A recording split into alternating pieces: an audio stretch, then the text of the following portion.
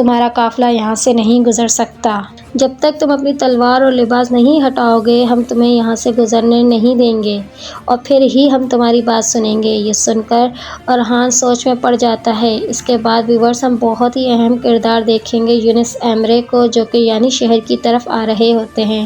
اس کے بعد جرکوٹائی کو خواتین لے کر آ رہی ہوں گی۔ بچہ کہے گا میں ختنہ نہیں کرواؤں گا، نہیں کرواؤں گا، اور سامنے کھڑے بچوں کے پاس بھاگ جاتا ہے۔ اس ہی لمحے برہان خیمے سے باہر آتے ہوئے بلند آواز میں کہے گا دستور، عثمان صاحب آ رہے ہیں۔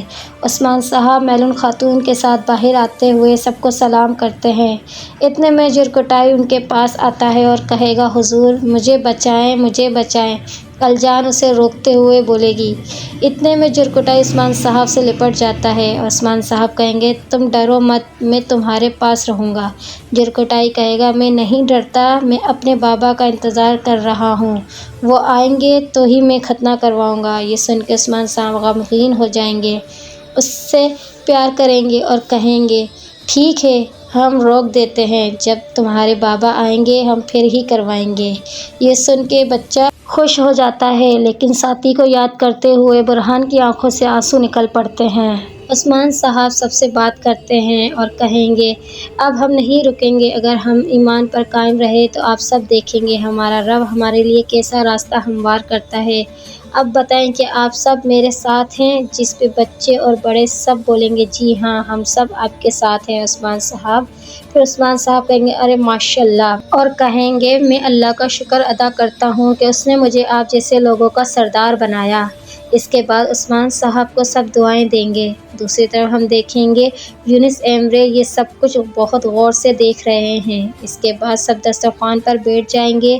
پھر یونس ایمرے صاحب اپنا چہرہ دوسری طرف کر کے کھانا کھا رہے ہوں گے اور عثمان صاحب برہان سے کہیں گے چلو گاؤ اور دل خوش کر دو۔ برہان گٹار بجا کر نظم شروع کرتا ہے۔ جنت میں چاندی کی لہریں بہتی ہوئی اللہ اللہ پکارتی ہیں، جنت میں چاندی کی لہریں بہتی ہوئی اللہ اللہ پکارتی ہیں، اسلام کی بلبلیں نکلتی ہیں اور اللہ اللہ پکارتی ہیں، توبہ کی شاخیں جھولتے ہوئے زبان سے قرآن سناتی ہیں، توبہ کی شاخیں جھولتے ہوئے زبان سے قرآن سناتی ہیں، جنت کے میدان میں گلاب کی کلیاں اللہ اللہ پکارتی ہیں، حق ہے عاشق اس کے لیے آنسو بہاتے ہیں، حق ہے عاشق اس کے لیے آنسو بہاتے ہیں، وہ نور سے پر نور ہو گیا اور اللہ اللہ پکارتا ہے، جو اللہ اللہ پکارتا ہے وہ نور سے پر نور ہو گیا، حق سے جو چاہے مانگو، حق سے جو چاہے مانگو اور ایک رہنما کے ساتھ اس راستے پہ چلو،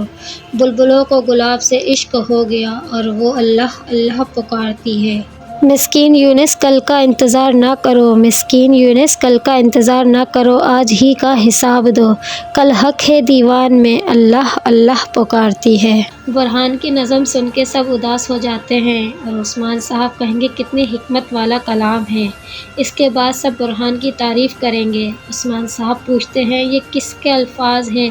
برہان کہتا ہے نہ کسی نے آواز سنی نہ کسی نے انہیں دیکھا، اسے عاشق یونس کہتے ہیں۔ یہ سننے کے بعد عثمان صاحب کہیں گے ماشاءاللہ۔ اس کے بعد یونس ایمرے وہاں سے پریشانی کی حالت میں گزرتے ہوئے کہیں گے شہرت ایک آفت ہے واللہ آفت ہے۔ پیندر اس کے بعد عثمان صاحب کے پاس آ کر کہے گا ایک تاجر آیا ہے آپ سے بات کرنا چاہتا ہے۔ یہ سن کے عثمان صاحب بہت غور سے اس آدمی کو دیکھتے ہیں جو فاطمہ سے ملا تھا۔ ویورز اس کے بعد ہم دیکھیں گے ویشی ارحان اور ان کے ساتھیوں کو اپنے مقام تک لے آتے ہیں۔ اس میں سے ایک ویشی کہتا ہے چلتے جاؤ جب تک زندہ ہو، اس سے پہلے کافر ہمیں مارے، مار ڈالو بغیر جھنڈے والوں۔ یہ سن کے سب ویشی بولیں گے مارو مارو، ہمارے پاس کوئی رحم نہیں، اب تباہی کا وقت ہے، اس سے پہلے موت آ جائے، مار ڈالو سلجاق والوں، مار ڈالو، مارو مارو۔ ان میں سے ایک وحشی پوچھتا ہے او سردار کے بیٹے تم یہاں کیوں آئے ہو؟ ارحان جواب میں کہے گا عثمان صاحب آپ کو غازیوں کی طرح اپنی پیروی کی دعوت دیتے ہیں۔ یہ سن کے وحشی طنزیہ ہنسی ہنسنے لگتے ہیں اور کہتے ہیں تم ہمیں کیا دے سکتے ہو، سونا پیسہ کیا دو گے؟ جس میں ارحان بولے گا ایک بہادر کا مقصد غازی کا درجہ ہونا چاہیے، تم جنگ کرنا نہیں چاہتے، شرم کرو شرم۔ پھر ارحان کہے گا تمہیں کیا لگتا ہے ہم محلوں میں پیدا ہوئے، ہم گھوڑوں کے ساتھ میدان جنگ میں پیدا ہوئے، اگر تم مجھے آزمانا چاہتے ہو تو میدان میں مجھ سے ملو۔ اس کے بعد ایک دھن بجنے لگ جاتی ہے جس کو سن کے ویشی کہتے ہیں چلو تمہاری صلاحیتیں دیکھیں۔ اس کے بعد سب شکار کرنے کے لیے نکل جاتے ہیں۔ دوسری طرف ہم دیکھیں گے یعنی شہر میں عثمان صاحب تاجر سے ملیں گے اور کہیں گے بتاؤ کیا مسئلہ ہے۔ تاجر کہے گا عثمان صاحب میں کیسے بولوں؟ عثمان صاحب کہیں گے ڈرو مت، بولو تاجر۔ تو تاجر کہے گا میں آپ کے ایک آدمی جرکٹائی کے بارے میں جانتا ہوں۔ یہ سن کے عثمان صاحب کہیں گے بہت ٹائم سے لاپتہ ہے، اگر تم نے جھوٹ بولا تو میں تمہاری زبان کاٹ دوں گا۔ عثمان صاحب آگے بڑھتے ہیں، تاجر ڈرنے لگ جائے گا اور کہے گا میں سچ کہہ رہا ہوں صاحب۔ اسی کے ساتھ وہ تعویذ نکالنے لگے گا تو برہان اس کے ہاتھ سے تعویذ لے لیتا ہے۔ تاجر کہے گا میں تجارت کرتا ہوں، کمانداروں نے ترک کو قید کیا ہوا ہے، اس پہ بہت تشدد بھی، لیکن میں نے اس سے بات کرنے کی کوشش کی پر اس نے مجھے کہا میں اپنی 2 تلواروں سے انہیں مسل دوں گا۔ جرکٹائی کے بارے میں سن کے برہان کی آنکھوں سے آنسو نکلنے لگ جاتے ہیں اور کہتا ہے سردار مجھے جانے دیں، میں اسے واپس لے آؤں گا۔ جس پہ عثمان صاحب کہیں گے نہیں رکو ابھی۔ پھر تعویذ کے بارے میں پوچھیں گے تاجر یہ کیا ہے؟ جس پہ تاجر کہے گا میں نے یہ ایک تاجر سے حاصل کیا ہے، اس نے کہا تھا یہ جرکٹائی کا ہے۔ عثمان صاحب کہیں گے میں جرکٹائی کو واپس لے آؤں گا ورنہ میں ان کا رہنا مشکل کر دوں گا۔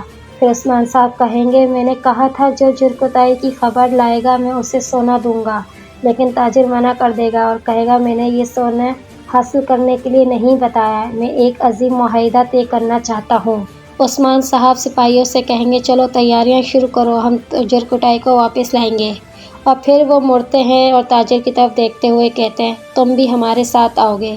دوسری طرف فاطمہ اور معلوم خاتون خوشی خوشی الجان کے پاس جاتی ہیں اور بولیں گی جرکٹائی زندہ ہے۔ یہ سن کے الجان کے ہاتھ سے دودھ کا پیالہ گر جاتا ہے اور بیٹے کے ہاتھ سے ٹوپی گر جاتی ہے۔ فاطمہ الجان کو تعویذ دیتی ہے، الجان کہے گی وہ زندہ ہے، یہ تعویذ جرکٹائی کا ہے۔ یہ دیکھ کے الجان فاطمہ کے گلے لگ جاتی ہے اور اللہ کا شکر ادا کرتی ہے، پھر اپنے بیٹے کے گلے لگ کر کہتی ہے تمہارے بابا واپس آ رہے ہیں۔ اس کے بعد ویورز ہم دیکھیں گے لیف کے قلعے کا خوفناک منظر۔ یہاں بہت سے لوگ قید ہیں اور بہت سے لوگ نڈھال پڑے ہوئے ہوتے ہیں۔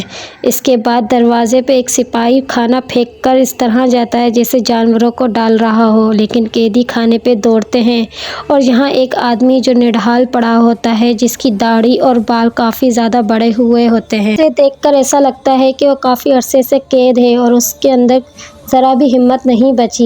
ویورز یہ جرکٹائی ہے۔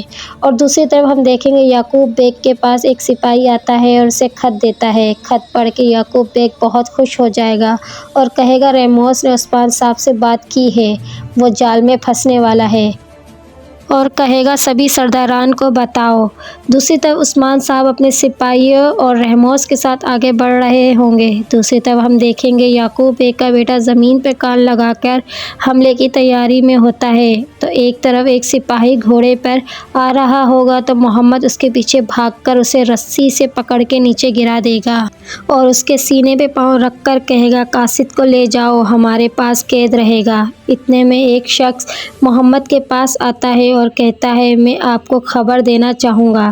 محمد کہے گا بولو۔ ایک سپاہی سلجاق کے یہاں آیا ہے، عثمان صاحب کا بیٹا اورحان، اس نے سلجاق کو اپنے ساتھ آنے کا کہا، لیکن ابھی تک ہم نے کوئی جواب نہیں دیا۔ قسطنطنیہ سے ایک کاروان آ رہا ہے، مل کر کاروان پہ حملہ کریں گے، اس کے بعد فیصلہ کریں گے۔